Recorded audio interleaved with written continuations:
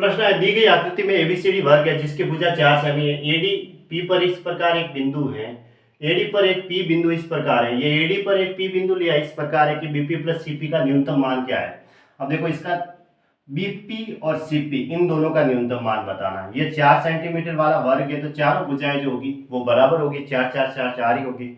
अब इसका न्यूनतम मान क्या होगा, जब इसका, अब यहां से मैंने ये एक लंब डाला, ठीक है, तो ये 90 डिग्री हो गया और 90 के सामने ये कर्ण हो गया। अब इसके सामने भी ये कर्ण हो गया, तो इसका मतलब दोनों कर्ण की वैल्यू निकाल के जोड़ दो। बीपी प्लस सीपी का न्यूनतम मान पूछा इसने। अब बीपी का सीपी का न्यूनतम मान कब होगा, जब बीपी बराबर सीपी होगा, है ना, न्यूनतम मान। ठीक है, तो अब हम बीपी स्क्वायर निकाल दो, तो इसका मतलब ये दो दो की हो गई, ये आधी आधी होगी, तभी इसकी न्यूनतम वैल्यू आएगी। अगर आप 3 1 के हिस्सों में लोगे तो ज्यादा आ जाएगी। न्यूनतम वाली के लिए अब कब आएगी, जब ये दो दो होगी, आधी आधी। ऐसे लम डाल दिया, क्यों, क्योंकि ये दोनों भुजाएं बराबर होगी तभी इसकी न्यूनतम वैल्यू आएगी। तो अब दो ये तो कितनी हो गई, ये तो इसके सामने 4 हो गई, तो बीपी स्क्वायर 4 का स्क्वायर 16 प्लस 2 का स्क्वायर 4, 16 और 4 कितना है 20। ठीक है, बीपी स्क्वायर, तो बीपी बराबर कितना हुआ √20। अब बीपी की वैल्यू इतनी आई तो सीपी की वैल्यू भी उतनी आएगी √20, तो बीपी प्लस सीपी कितना हो जाएगा 2√20 हो जाएगा। √20 है, 20 को लिख सकते हैं हम 4 गुणा 5 लिखते हैं, तो 4 का वर्गमूल कितना होगा 2√5, ऐसा कैसा, तो 2 दूनी 4 और √5 अंदर ही रहेगा, तो बस ये इसका आंसर है ना 4√5। 15 सेमी और 13 सेमी त्रिज्या वाले दो सकेंद्री वृत्त की जगह बड़े वृत्त की उस जीवा की लंबाई ज्ञात करें जो छोटे वृत्त को स्पर्श करती है। देखो 15 सेमी और 13 सेमी, बड़ा सर्किल जो है वो तो है 15 सेमी का और छोटा सर्किल है वो 13 सेमी का है, तो ये इसका केंद्र बिंदु हो लिया और ये ले ली इसकी 15 सेमी। अब छोटा सर्किल यहाँ अंदर ऐसे खींचा, इसकी लंबाई इसने कहा है 13 सेमी है, तो ये लो 13 सेमी। फिर इसने क्या कहा, दो सकेंद्री वृत्त, सकेंद्री का मतलब उसका केंद्र बिंदु एक ही है, ठीक है। बड़े वृत्त की उस जीवा की लंबाई ज्ञात करें, बड़े वृत्त सर्किल की जीवा की लंबाई ज्ञात करनी है जो छोटे वृत्त को स्पर्श करती है।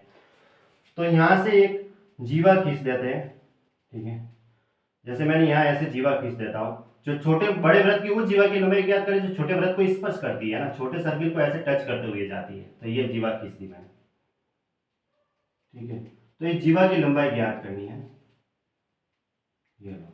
ये जीवा का नाम मैंने ये भी दे दिया, इसकी लंबाई ज्ञात करनी है जो छोटे सर्किल को टच करते हुए जाती है, स्पर्श करते हुए। अब ये कितनी है, ये तो पता है कि हमने ली है, वो कितनी है, सर्किल की ये त्रिज्या है, बड़े सर्किल की जो त्रिज्या है ना, इसके ऊपर आ रहा है ना, तो ये हो गई, समझना है ना, 15 सेंटीमीटर, क्योंकि अगर ये बाहर वाली सर्किल ये 15 सेंटीमीटर है बड़े वृत्त की त्रिज्या, अब छोटे सर्किल की त्रिज्या ये कितनी है 13 है ये तो हम ये देखो ये 90 डिग्री का, ये 90 के सामने सबसे बड़ी भुजा कर्ण हो गई, तो ये तो कर्ण हो गई, और इसे अगर लंब लेते हैं तो ये निकालना है आधार, इसे क्यों नाम दे देते हैं, तो मैं ये क्यों निकालना चाहूँ, तो 15 का स्क्वायर माइनस 13 का स्क्वायर करना है, कि कर्ण स्क्वायर माइनस लंब स्क्वायर। अब 225 माइनस 115 का स्क्वायर 225 और ये 169, तो यहाँ तो 6 हुआ, ठीक है।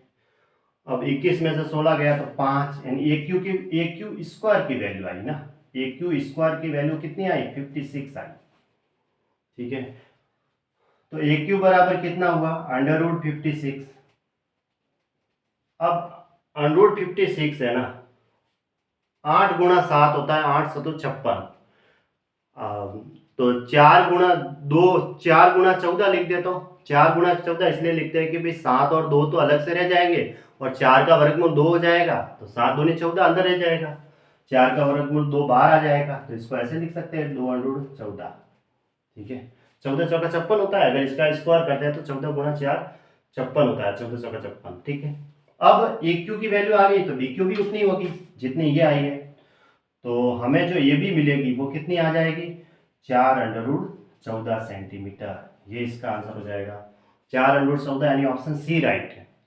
ये प्रश्न इस टाइप से 2023 में आ रखा है, बस डायरेक्ट इसके स्क्वायर में से इसका स्क्वायर घटा दो, एक तरफ की वैल्यू आ गई 2 से गुणा कर दो, दो पूरी लंबाई आ जाएगी ए बी की, ठीक है।